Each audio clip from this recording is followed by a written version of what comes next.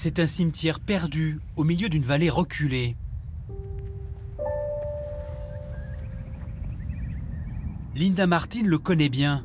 Elle y vient une fois par an avec son neveu Willie. Et ce qu'il cherche, ce sont de nouvelles tombes, des tombes d'enfants.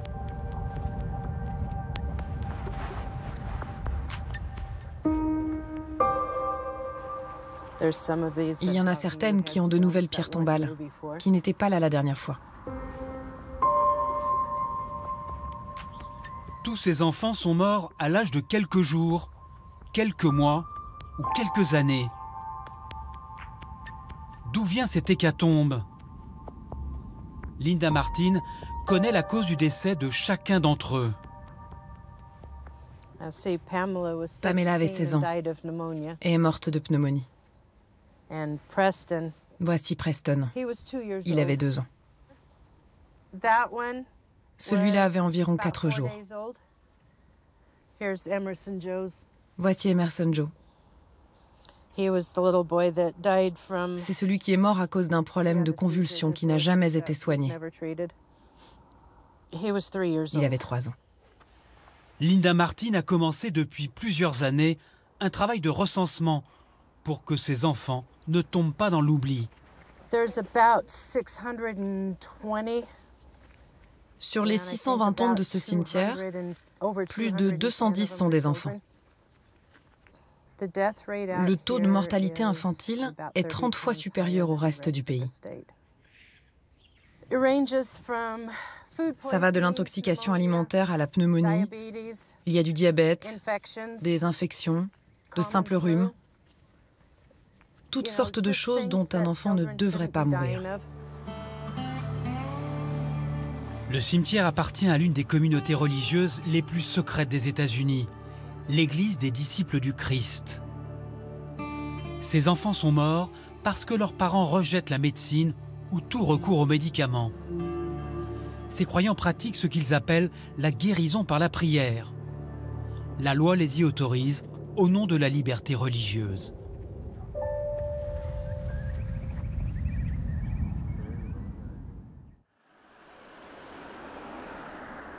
Depuis la conquête de l'Ouest, l'Idaho a toujours été un refuge pour les groupes les plus extrémistes, les communautés les plus marginales. Les disciples du Christ se sont installés ici il y a plus d'1 siècle. Ils ne se mélangent pas au reste de la population. Nous sommes allés à leur rencontre devant l'une de leurs églises. Un bâtiment anonyme, sans croix ni signe particulier.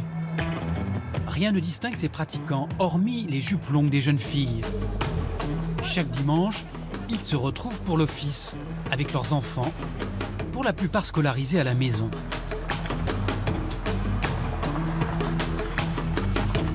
Bonjour monsieur, je peux vous poser une question?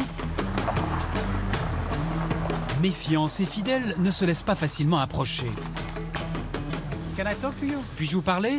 Nous sommes de la télévision française. Non. Vous ne voulez pas répondre?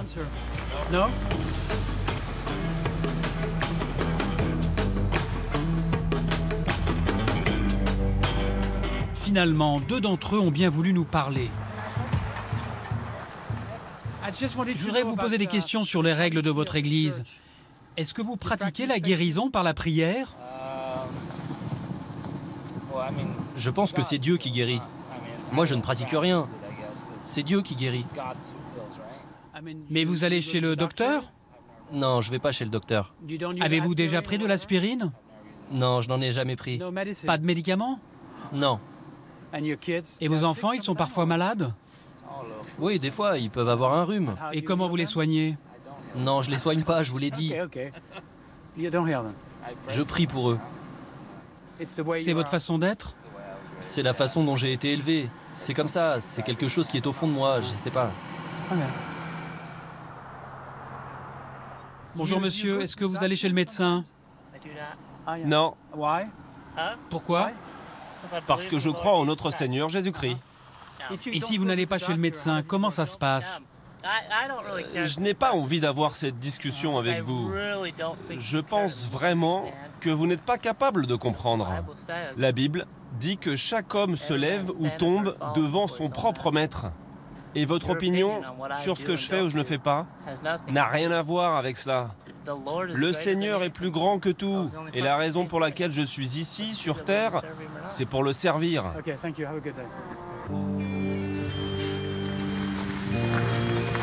L'Église n'a pas de porte-parole, pas de hiérarchie, juste des doyens qui n'ont pas donné suite à nos demandes d'interview. Pour avoir des témoignages sur la vie de l'Église, il faut s'adresser à d'anciens fidèles, comme Linda Martin. Elle a été membre des Disciples du Christ avant de les quitter à l'âge de 20 ans. Ses souvenirs, elle les conserve dans ce qu'elle appelle le livre des morts, des enfants et des adultes qu'elle a vus mourir quand elle était petite. La mort est omniprésente dans cette église. Elle est l'aboutissement de la vie terrestre et va leur ouvrir les portes du paradis. Cela a commencé quand j'étais toute petite. Ma mère m'emmenait aux enterrements. Comme le cercueil était en hauteur, elle me soulevait par les bras parce que je n'étais pas assez grande pour voir à l'intérieur. Il fallait que je voie les gens morts. Je redoutais toujours les coups de téléphone au milieu de la nuit, car cela signifiait que quelqu'un était en train de mourir. Une fois, je me souviens d'une femme gravement brûlée dans l'incendie d'une maison. Je devais avoir 4 ou 5 ans, et cette femme couverte de cloques de la tête aux pieds hurlait de douleur. Pour moi, petite fille qui regardait tout cela, ce sont des images que vous ne pouvez pas oublier. En cas de maladie ou de blessure, il n'y a qu'un seul traitement autorisé. Si vous étiez malade, la seule chose qu'il faisait, c'était de vous mettre de l'huile sur la tête, ou là où ça faisait mal. Ensuite, il priait après vous avoir donné une gorgée de vin. Et si ça ne vous guérissait pas, vous mouriez. Pendant des années, Linda Martin a gardé le silence. Dans ce classeur, les rapports d'autopsie d'enfants qui prouvent qu'ils sont morts de maladies curables. Des crimes impunis selon elle. Quand vous êtes assis à regarder un enfant en train de mourir, qui s'étouffe, et que vous ne faites rien, comment ne pas dire que c'est un meurtre? Ils tuent ces enfants par négligence. Ils tuent ces enfants parce qu'ils n'appellent jamais les secours.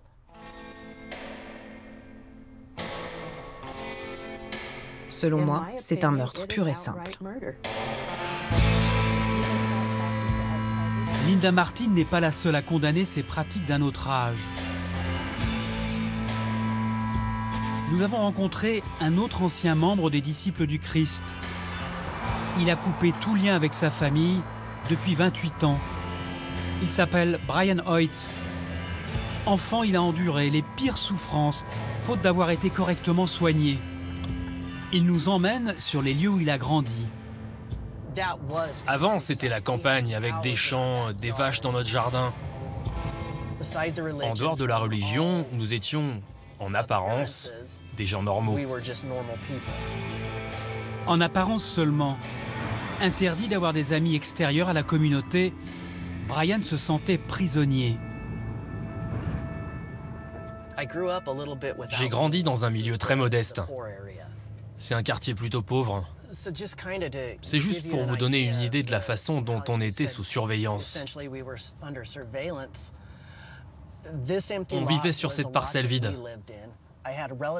On avait de la famille tout autour. Et on avait une tante qui vit toujours à cet endroit d'ailleurs. Et tous les gens qui vivaient là étaient membres de l'église. Et donc vous ne pouviez littéralement pas sortir sans être vu. Vous étiez toujours sous surveillance. Vous ne pouviez pas échapper à leur emprise. Aucune sortie, sauf pour aller assister au culte. Tous les dimanches, sa mère et son beau-père l'emmenaient dans cette église. Un rituel que le petit garçon redoutait. L'extérieur n'a pas changé. L'entrée principale, c'est cette porte blanche. Je devais rentrer par là avant de m'asseoir tranquillement sans faire aucun bruit et surtout ne pas mal me conduire. Revenir à cet endroit est encore aujourd'hui une épreuve. Durant l'office religieux, le jeune Brian devait se tenir sans parler ni bouger pour respecter ce moment sacré. Au moindre écart, son beau-père venait le punir. Je détestais l'idée d'aller à la messe parce que je savais que mes genoux allaient trembler et se tordre. J'allais être jeté dehors pour recevoir des coups de pied au cul. Je devais retourner m'asseoir sur les bancs en bois, sans coussin, avec mes fesses qui me faisaient mal et les jambes qui tremblaient. Et je devais me baisser, me tenir les genoux pour être sûr qu'ils ne bougent plus. Vous aviez peur? Oui, je savais que j'allais être battu à chaque fois. C'était à cause de ma mauvaise conduite. Avec quoi vous étiez frappé? Avec tout ce qui était disponible. Une batte, une branche, une ceinture, à main nue, tout ce qui lui tombait sous la main. Sors d'ici, baisse ton pantalon que je te botte le derrière, et maintenant rentre. Pleure pas, bouge plus, dis rien, et tu ne seras pas battu à nouveau. Jusqu'à l'adolescence, Brian Hoyt subit les sévices de son beau-père avant de s'enfuir. Mais un épisode très douloureux continue de le hanter.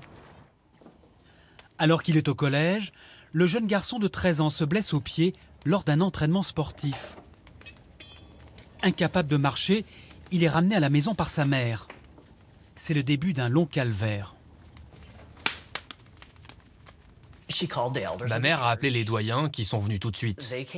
Ma jambe était trop enflée pour qu'on puisse retirer mon pantalon et ma chaussure. Ils n'ont pas pu mettre de l'huile dessus, mais ils m'ont fait boire une gorgée de vin. Ils ont commencé à prier. Il y en avait 5 ou 6 autour de moi, avec mon beau-père Rick. Et ils se sont penchés sur moi en chuchotant des prières comme ça. Et on m'a dit que j'étais guéri et que je devais me lever, qu'il fallait que je marche parce que c'était une entorse à la cheville selon eux. Je me suis levé, j'ai fait un pas et je me suis évanoui. Quand j'ai repris connaissance, ils m'ont traité de pédé en disant que j'étais une chochotte, en me demandant pourquoi je ne laissais pas Dieu me guérir. Ça a duré 2 semaines, jusqu'à ce que l'école dise que j'allais être renvoyé si je n'allais pas voir un médecin. Donc on m'a envoyé chez le médecin.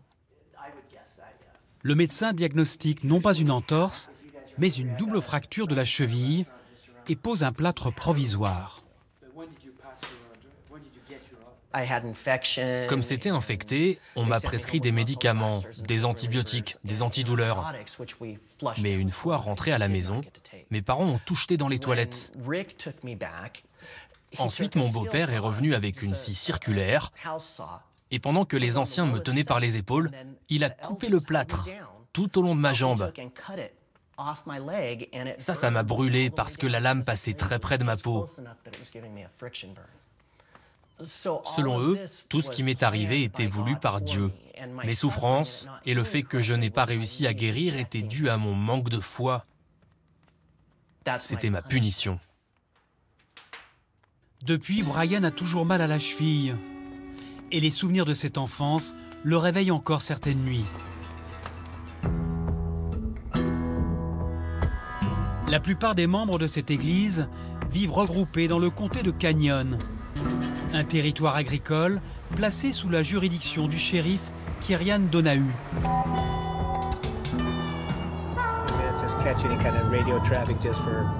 En l'absence de données officielles, le shérif estime que les disciples du Christ seraient environ 2500 en Idaho. Disons une vie simple. Quelques-uns travaillent dans l'industrie, mais pour la majorité, ils sont dans l'agriculture. Ce sont des familles extrêmement fermées, comme le sont tous les membres de cette église. Ils s'occupent de leurs affaires et n'aiment pas la façon de vivre du reste de la population. Les disciples évitent tout contact avec les services du shérif, même pour signaler d'éventuels vols ou accidents dont ils seraient victimes. Leur religion est vraiment ce qui régule leur façon de vivre. Ils ne veulent pas être impliqués avec les forces de l'ordre pour quelque motif que ce soit. Si quelque chose d'anormal se passe au sein de leur église, cela va rester au sein de leur église. Beaucoup d'entre eux ne veulent pas passer leur permis de conduire, ils n'ont pas de certificat de naissance, ils n'ont pas de pièce d'identité comme les gens normaux parce qu'ils rejettent toute intrusion du gouvernement dans leurs affaires. Ce qui selon moi n'est pas une intrusion, mais à leurs yeux, c'est comme ça qu'ils le voient. Ils ne veulent avoir affaire ni au gouvernement et encore moins à la police. Ce rejet des institutions heurte profondément le shérif d'Onahu. Lorsque leurs enfants sont en danger, les membres de cette communauté n'appellent ni les secours ni la police. Ce gardien de la loi estime être empêché de remplir sa mission. En tant que shérif, j'ai le sentiment que je ne suis pas en mesure de protéger ces enfants. Les plus vulnérables de notre société, je ne peux pas avoir accès à eux. Ça me préoccupe vraiment parce que je suis chargé de faire respecter la loi dans le comté. Je dois assumer cette charge. C'est mon devoir. J'ai fait le serment de faire tout ce qui était en mon pouvoir pour protéger ces enfants. Selon lui, la loi est injuste. Ses parents devraient être poursuivis lorsqu'ils sont coupables de négligence envers leurs enfants. Je pense qu'une loi a été créée spécialement pour une petite minorité. Et c'est cette loi derrière laquelle ils se cachent. Et c'est injuste pour le reste de la société. N'importe quel autre citoyen de ma juridiction qui néglige son enfant ira devant les tribunaux pour négligence. Et il finira en prison pour ça. Mais pour ces mêmes faits, ces gens-là ne seront pas poursuivis. C'est ridicule. C'est absurde. Le shérif dénonce un article bien précis de la loi sur la protection de l'enfance. C'est le Parlement de l'Idaho qui l'a voté au début des années 70. Cette loi ne s'applique qu'à l'intérieur des frontières de cet État. L'article incriminé figure dans le chapitre consacré aux enfants et aux personnes vulnérables. 3 lignes en bas de page. La pratique par un parent ou un tuteur de soigner son enfant uniquement par la prière ou des moyens spirituels ne constitue pas une violation de la protection due à cet enfant. En clair, la guérison uniquement par la prière n'est pas un crime. Depuis 2014, des associations réclament l'abrogation de ces quelques lignes. La dernière manifestation a eu lieu il y a tout juste 1 an. Les manifestants ont transporté symboliquement 183 cercueils d'enfants à travers les rues de la capitale de l'Idaho. 183, c'est le nombre d'enfants morts depuis le vote de la loi. Ces faux cercueils ont été déposés sur les marches du Capitole. Cela dure depuis beaucoup trop longtemps. Et on vient juste d'apprendre qu'un autre enfant est mort la nuit dernière. Face à cette mobilisation, une commission d'enquête parlementaire a été créée en 2016. Elle a auditionné tous les protagonistes de ce dossier. Linda Martin ainsi que Brian Hoyt ont témoigné. Que penser d'un État comme l'Idaho qui donne carte blanche à une petite minorité religieuse pour tuer ses enfants? Pour la première fois, l'un des doyens de l'Église, Dan Seavey, s'est exprimé publiquement. Pendant près d'1 heure, cet agriculteur a défendu sa doctrine religieuse. Nous croyons que la pharmacie et la médecine sont des produits de Satan. Certains disent que c'est rétrograde de reconnaître notre pratique, la guérison par la foi. Moi, je dis au contraire que c'est progressiste, parce qu'il y a plusieurs possibilités de traitement, et pas seulement les pratiques médicales reconnues par l'État. On va devoir à nouveau se battre pour notre liberté, puisqu'ils veulent nous retirer cette liberté de nous soigner nous-mêmes. Le travail de cette commission n'a débouché sur rien. La loi contestée est toujours en place dans cet État, l'un des plus conservateurs des États-Unis. Les républicains détiennent 80% des sièges. En décembre dernier, les parlementaires tout juste réélus ont prêté serment au nom de Dieu. Nous vous prions, Seigneur, de venir en aide à notre gouverneur qui prendra ses fonctions le mois prochain. Nous le faisons humblement et avec confiance, au nom de celui qui est venu nous servir, votre Fils Jésus-Christ. La religion est une valeur partagée par tous ses élus sans exception.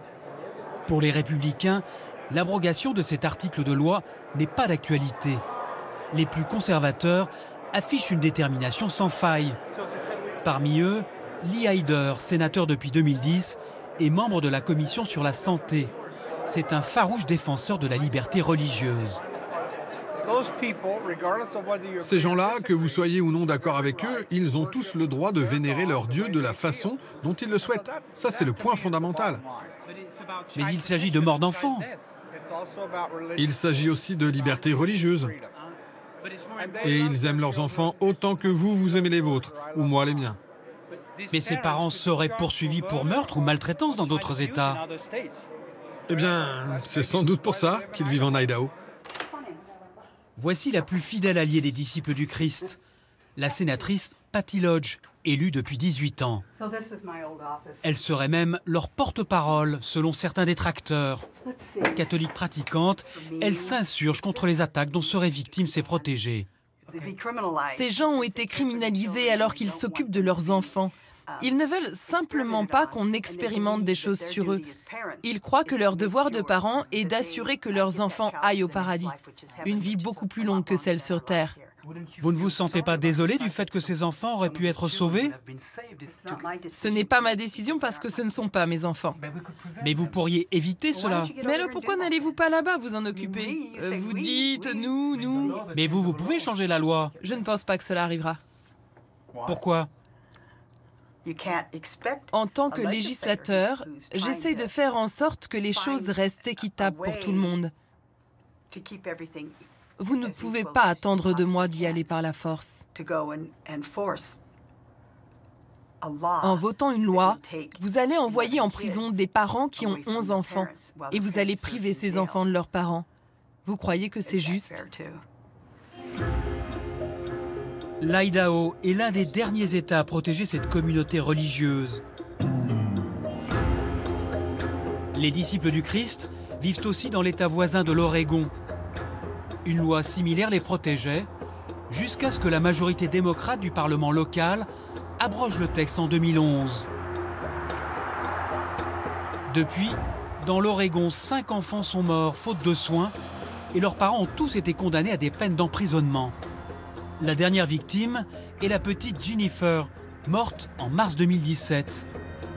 Juste après l'accouchement, le bébé a agonisé pendant 4 heures dans les bras de son père, qui n'a pas appelé les secours. Travis et Sarah Mitchell, ses parents âgés de 22 et 21 ans, ont été inculpés pour meurtre. Ils encouraient 25 ans de prison. Durant les audiences, ils n'ont manifesté aucun regret.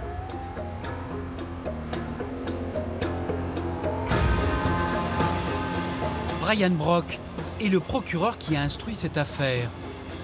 Pour éviter de nouveaux drames similaires, il a pris une initiative inédite. En échange d'une réduction de peine, il a convaincu les 2 accusés de signer cette déclaration devant le tribunal. Nous aurions dû avoir recours à des soins médicaux pour notre enfant, et tous les membres de l'Église devraient toujours y recourir. Sur le document, il y a une 3e signature, celle de l'un des leaders des disciples du Christ qui approuve cette déclaration. C'était important à nos yeux, car le fait que celui qui est perçu comme le leader de la communauté endosse cette déclaration, cela avait une résonance bien plus importante que la seule déclaration des 2 accusés dans cette affaire. Selon le jugement, le document devait être affiché à l'intérieur de l'Église pour être lu par un maximum de fidèles. Mais le procureur ignore si cet ordre a bien été suivi. L'idée depuis le début, ce n'est pas de leur demander d'abandonner leur croyance ou de renoncer à leur foi. Nous avons seulement demandé qu'en plus des prières, qui peut-être ont un certain effet positif, ils appellent les urgences. Donc la devise, c'est appeler d'abord les urgences et ensuite prier, prier, prier. Cela peut-il avoir un impact sur le reste de la communauté? Je pense, et j'espère que oui. Si cela ne marche pas, on n'a plus d'autre option. Je pense que c'est la meilleure solution qu'on ait pu trouver et je suis très optimiste sur le fait que cela aura un impact. En juillet dernier, Travis et Sarah Mitchell ont été condamnés à 8 ans de prison pour homicide par négligence. Depuis, aucun nouveau cas n'a été relevé en Oregon. Pendant ce temps, en Idaho, la loi n'est pas près de changer. Des enfants continuent de mourir, faute de recevoir les soins qui pourraient les sauver.